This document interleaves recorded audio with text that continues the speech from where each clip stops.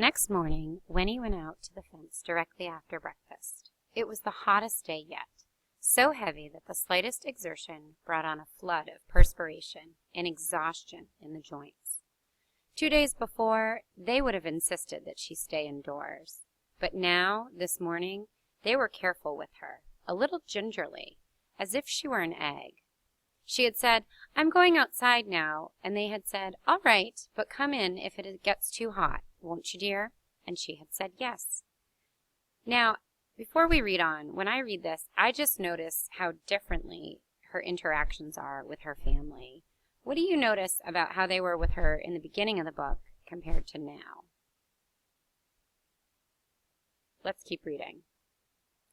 The earth, where it was worn bald under the gate, was cracked and hard as a rock, a lifeless tan color, and the road was an aisle of brilliant velvet dust. Winnie leaned against the fence, her hands gripping the warm metal of the bars, and thought about May behind another set of bars in the jailhouse. And then, lifting her head, she saw the toad. It was squatting where she had seen it first, across the road. "Hello," she said, very glad to see it. The toad did not so much as flick a muscle or blink an eye. It looked dried out today, parched. "It's thirsty," said Winnie to herself.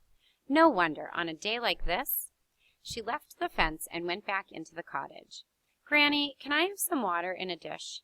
There's a toad out front that looks as if he's just about to die of thirst." "A toad?" said her grandmother, wrinkling her nose in disgust. "Nasty things, toads." "Not this one," said Winnie. "This one is always out there, and I like him. Can I give him a drink of water?" "Toads don't drink water, Winifred. It wouldn't do him any good." "They don't drink water at all." "No, they take it in through their skins like a sponge when it rains." "But it hasn't rained in forever," said Winnie, alarmed. "I could sprinkle some water on him, couldn't I?" "That would help, wouldn't it?" "Well, I suppose," said her grandmother. "Where is he, in the yard?" "No," said Winnie. "He's across the road." "I'll come with you, then. I don't want you leaving the yard alone."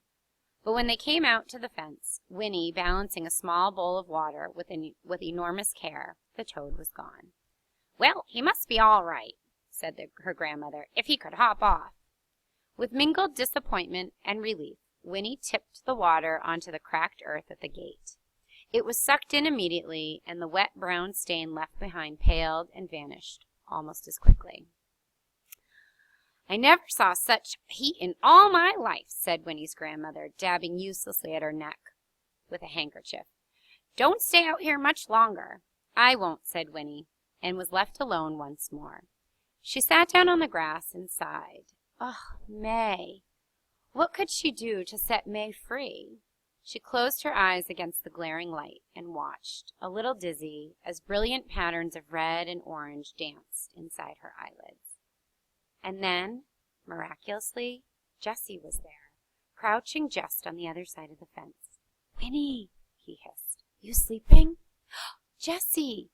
Her eyes flew open, and she reached through the fence and grasped his hand. "I'm so glad to see you. What can we do? We have to get her out." "Miles has got a plan, but I don't see how it can work," said Jessie, speaking quickly, his voice almost a whisper. "He knows a lot about carpentering. He says he can make Ma's window frame take it right straight out of the wall, bars and all, and she can climb through. We're going to try it tonight when it gets dark. Only trouble is that constable keeps watching her every minute, so he's so darn proud of having a prisoner in that new jail of his. We've been down to see her. She's all right. But even if she can climb through that window, he'll come after her soon as he sees she's gone. Seems to me he'll notice right off. That don't give us much time to get away, but we gotta try it. There ain't no other way. Anyhow, I come to say goodbye. We won't be able to come back here for a long, long time, Winnie, if we get away. I mean, they'll be looking for Ma. Winnie, listen. I won't see you again. Not for ages. Look now. Here's a bottle of water from the spring. You keep it. And then, no matter where you are, when you're 17, Winnie, you can drink it, and then come find us. We'll leave directions somehow. Winnie, please say you will." He pressed the little bottle into her hands, and Winnie took it, closing her fingers over it. "Jessie, wait!" she whispered breathlessly, for all at once she had the answer. I can help. When your mother climbs out the window, I'll climb in and take her place. I can wrap myself up in her blanket, and when the constable looks in, he won't be able to tell the difference. Not in the dark. I can hump up and look a lot bigger. Miles can even put the window back. That would give you time to get away. You'd have at least till morning. Jesse squinted at her, and then he said, Yep, it might work. It might just make the difference. But I don't know as Pa's going to want you taking any risk. I mean, what'll they say to you after when they find out? I don't know, said Winnie, but it doesn't matter. Tell your father I want to help. I have to help. If it wasn't for me, there wouldn't have been any trouble in the first place. Tell him I have to. Well, all right. Can you get out after dark? Yes, said Winnie. Then, at midnight, Winnie. I'll be waiting for you right here at midnight. Winifred! An anxious voice called from the cottage. Who's that you're talking to? Winnie stood up and turned to answer. It's just a boy, Granny. I'll be in a minute. When she turned around again, Jessie was gone. Winnie clutched the little bottle in her hands and tried to control the rising excitement that had made her breath catch. At midnight, she would make a difference in the world. Now, I want to pause at this chapter and that last line there, because if I look at that, I think about how the one thing Winnie has wanted to do since the start of the book was to make a difference or to do something important. And now she feels like she has the opportunity to do that.